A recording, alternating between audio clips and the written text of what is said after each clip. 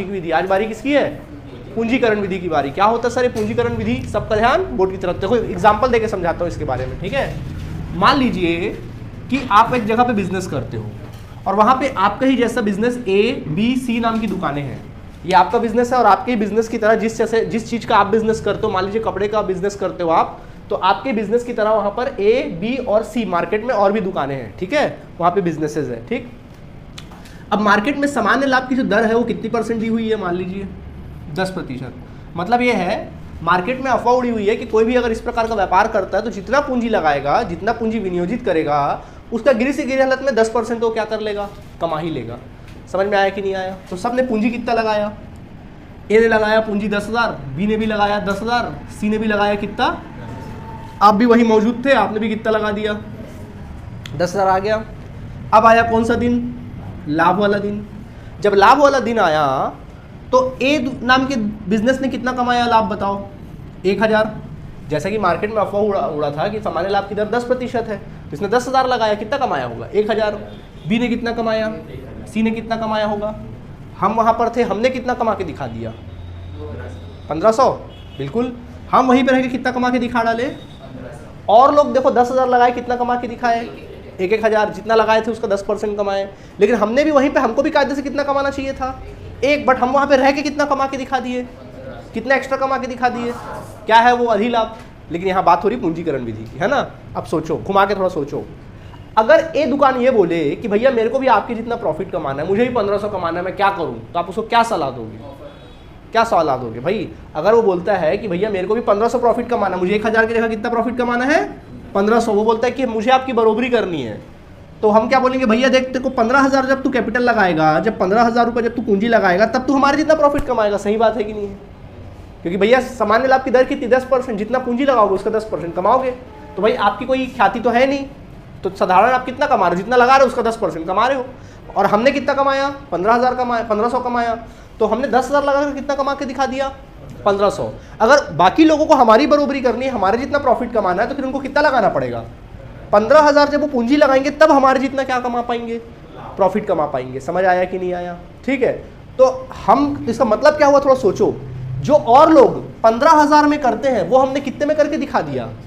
10,000 में। अगर देखा जाए तो बाजार के हिसाब से हमने अपनी पूंजी की वैल्यू कितनी कर दी?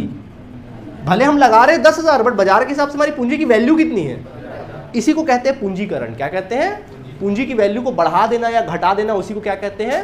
पूंजीकरण कहते हैं। समझ में आया? तो बताइए, आपने एक्चुअल में लगना कितना चाहिए था आपको पैसा, लेकिन हमने लगाया कितना?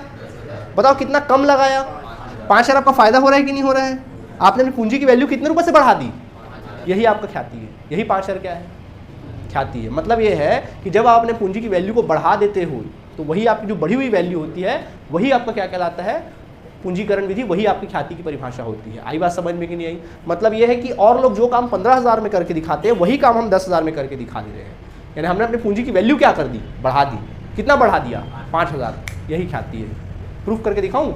देखो प्रूफ करके दिखाता हूँ। तो देखो पूंजीकरण विधि में ख्याति का फॉर्मूला क्या होता है? अब ये 2 तरीके से निकलता है। सबसे पहले निकलता है अधिलाभ के आधार पर। पहले किसके आधार पर निकाला जा सकता है इसको? अधिलाभ के आधार पर। पहले आप एक अधिलाभ के आधार पर निकाल सकते हो। कैसे निकालोगे सर? तो बेटा यहाँ पे ख्याति का फॉर्मूला होता है पूंजीकरण विधि में, ख्याति बराबर अधिलाभ।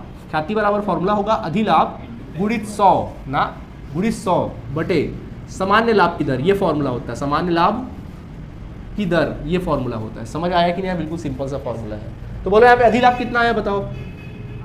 500। अधिलाभ कितना आएगा? दो जल्दी बोलो। 500 इंटू 100। सामान्य लाभ की दर कितनी? कितना आएगा आंसर? देखो आ गया कि नहीं आ गया? तो पहला तरीका निकालने का।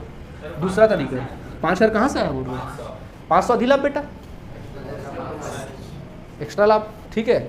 अब बारी आती है औसत लाभ के आधार पर। औसत लाभ के आधार पर भी निकाल सकते हो। औसत लाभ के आधार पर, अगर औसत लाभ के आधार पर निकालोगे तब पूंजीकरण विधि में ख्याति का फॉर्मूला होगा ख्याति बराबर औसत लाभ। औसत लाभ मतलब वही वास्तविक औसत लाभ जो निकालते हैं, इंटू 100 बटे सामान्य लाभ की दर। सामान्य लाभ की दर ब्रैकेट क्लोज कर देना, माइनस करना विनियोजित पूंजी। माइनस कर देना क्या? विनियोजित पूंजी। प्रूफ करके दिखाऊं? देखो औसत लाभ कितना है बताओ? हमने खुद अपने दम पे कितना कमाया?